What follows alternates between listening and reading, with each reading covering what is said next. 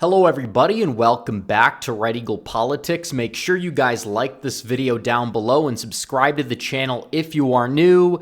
So, Joe Biden's approval rating is once again in the gutter. Biden has fallen below 40% approval once again. This is absolutely atrocious for the current president. He's down in the approval rating by 16.4 points. 538 has his approval rating at 39% on the nose, which is lower than Bush at this point in 92. It's lower than Carter's at this point in 1980. The last two presidents with atrocious approval ratings that we see as incumbents that ended up losing re-election. So when you look at that, it's like abysmal. There's not a single issue that is really working in Joe Biden's favor whatsoever. The economy, he's down significantly, down by 19 points. The economy, he's touting it as getting better. Well, the American people aren't buying his pitch. Foreign policy is spiraling out of control, especially after what's going on with Iran, Israel, Palestine. Of course, you have the Ukraine conflict. We heard that these conflicts are going to help Biden, and they exactly did the opposite because of the fact that we wouldn't even have these conflicts if Biden was not the current president, and many people agree with that. Crime is not looking good for him in terms of his approval rating. Immigration is definitely not looking good for him. It's probably his weakest spot. Even an issue like abortion, when they poll Biden's approval on the issue, he's actually in the negatives, believe it or not. And Trump coming out and saying, you know what, we're going to leave it up to the states. That's something that polls relatively well.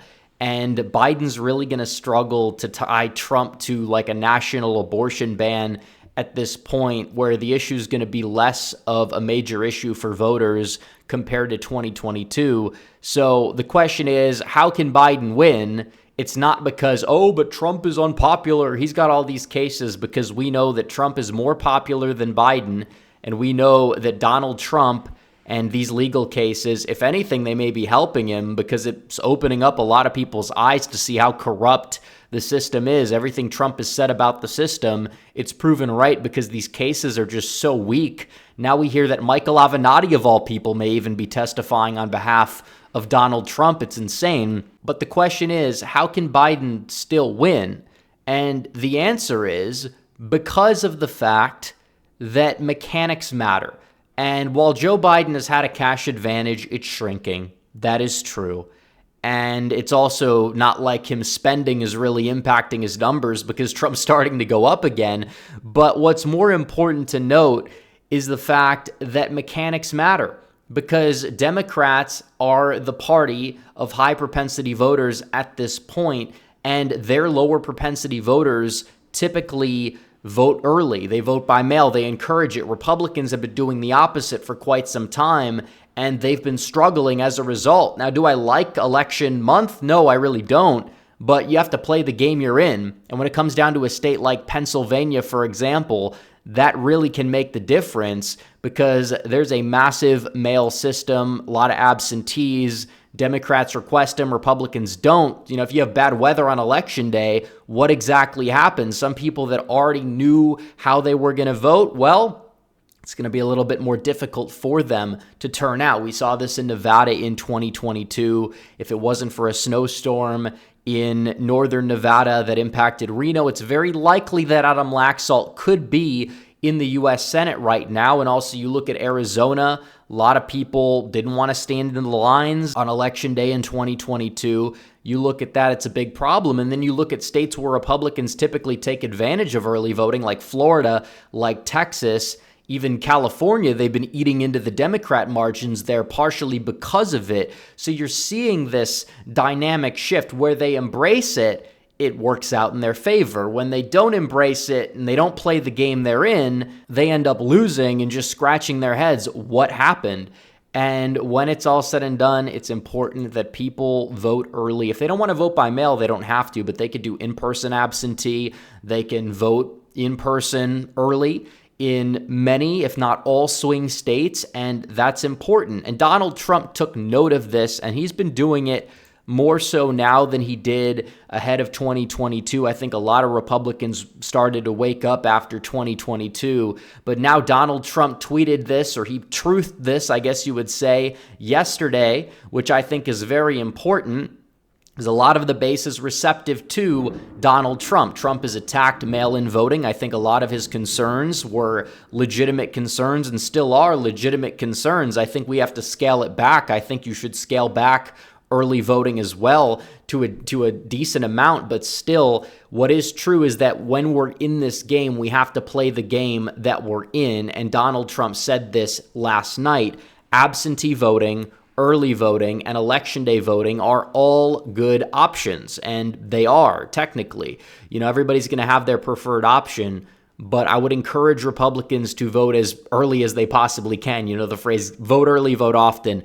That needs to be what we do. We lose a lot of these special elections in part because, Democrats, they just hit the button, request a ballot. It shows up at their doorstep. They fill it out. They send it back. Whatever. It's effortless. Republicans in special elections, are they going to drive to the polling place? Is it going to be as easy for them to do so? Not necessarily. And Democrats are taking advantage of the fact that a lot of Republicans tend to be more tradition-minded, and they like going to show up at the polls on Election Day. And that's great. I think it's great.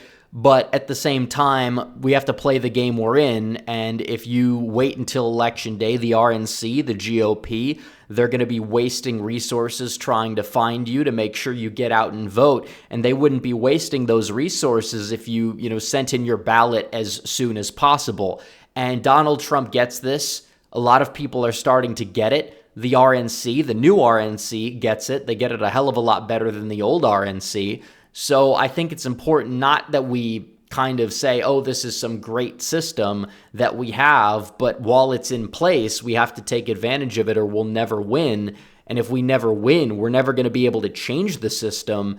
And that's kind of got to be our long-term goal. So you play the game you're in and you play the game to win.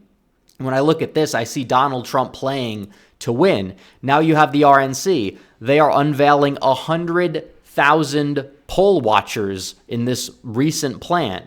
And this is something that I feel like is going to kind of qualm a lot of fears that a lot of Republicans have about election integrity, because now they're making sure we're going to put all of our poll watchers at the polls. They did this in Virginia in 2021. Republicans ended up winning that governorship there. And it's important that they end up doing this nationwide, so they make sure that people can rest easy and that people can go just focus on turning out, defeating Joe Biden. And is it a coincidence that the day that this was released, that Donald Trump sent this message out on Truth Social?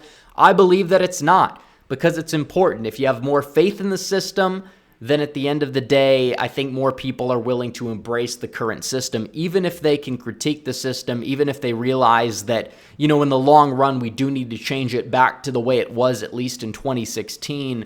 Still, while we're in the situation we're in, I feel like it's important. And you also know that this is a good thing because of the fact that Democrats and these Democrat attorneys are panicking because of this. They're out there and they're saying, well, look at this. This is an intimidation. There's no concerns. Elections are already secure. Then it's like, why exactly do you have a problem with it?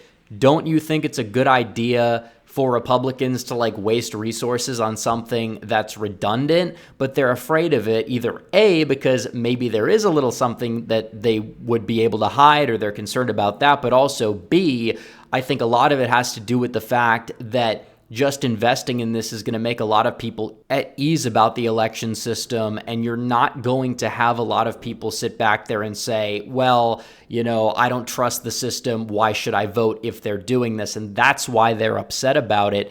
And it's a good thing Republicans are investing in this. And on top of that, it's important to also note that the RNC likely is going to start ramping up the ground game, which we've heard a lot of talk from Democrats and some doomer Republicans about how, Biden has this amazing ground game and Republicans don't. First of all, Biden's ground game is overrated. And that we know. Hillary Clinton, we heard about that ground game. Oh, Trump is no ground game. Oh, Hillary's going to win. She's going to outperform the polls. Yeah, that didn't happen. But when it comes down to the Republicans, the RNC, the Trump campaign and their ground game, they likely will be opening up field offices within the next month or two, which is something that we need to do. And also the ballot chasing operation kind of comes with that as well. So I think we're going to see a lot of news about that within the next couple of months or so. And as a result, Donald Trump is going to have enough infrastructure behind him to go out there and defeat Joe Biden. I mean, it's not that difficult. You look at Joe Biden, his approval rating, 39.6. If anything, it might be lower than that, to be honest. But 39.6 is not where you want to be as a president who is seeking re-election. Donald Trump in 2020, at this point, the same day that we saw his approval rating, it was 45.7. Obama was 47.1. One re-election. Bush's was 49.4. One re-election. Obviously, there was a few points of recovery in both of those presidents' approval ratings, but Biden, he's not going to get up to even 45 most likely, even if he gets to 42, because, some Democrats are going to rally behind him because it's election time. I mean, it already is kind of election time, and he's below 40%. If this is not sending shockwaves through the Biden campaign, then these people are just extremely delusional because they know it. They went too far to the left. They screwed up on everything. The economy is still broken. The gaslighting's not working. Foreign affairs are a mess. Immigration is the biggest mess of all. They're not buying this nonsense. Oh, Republicans didn't sign off for border security, even though the same bill would have funded Ukraine's borders more than they would have funded our own border. And on top of that, they sent a border bill back in 2023 that was actually a border bill that actually would have helped solve the problem to Schumer's desk. And what did he do? He sat on it. So I don't want to hear about that. Republicans know that it's nonsense. Independents know that it's nonsense. So you look at every single issue. They'll try to milk the abortion thing. Either way, that's kind of been neutralized. And I guess they could talk about Mo 1-6 and all of Trump's legal cases. But when they do that, they just sound like unhinged lunatics who are just rallying behind a system that is acting like a third world dictatorship, trying to imprison their political opponent over crimes that literally do not even exist. So they have nothing. That's why the mechanics matter. And that's why we need people out and voting because, still 39.6. If that 39.6 comes out at 100% and all of the Trump supporters, you see a lot of people staying home. Well, it doesn't matter. It's all for nothing. You give Biden a second term. And if you think things are bad right now, Biden is going to have a mandate to wreak havoc and destruction upon this country tenfold what he's doing right now, which is why this election is very important. If we can't win this election and you see all these people crossing the border, Biden is going to find a way to keep these people here, give them amnesty in some capacity. And we're not exactly going to have a 2028 election chance, or 2032 or 2036 if the country's still alive by then. So anyways, guys, thanks for watching this video. Like this video down below, comment down below, subscribe to the channel, hit the bell for notifications so you never miss another video. Follow me on social media. The links are all in the description down below. As always, guys, thanks for watching. Red Eagle, out.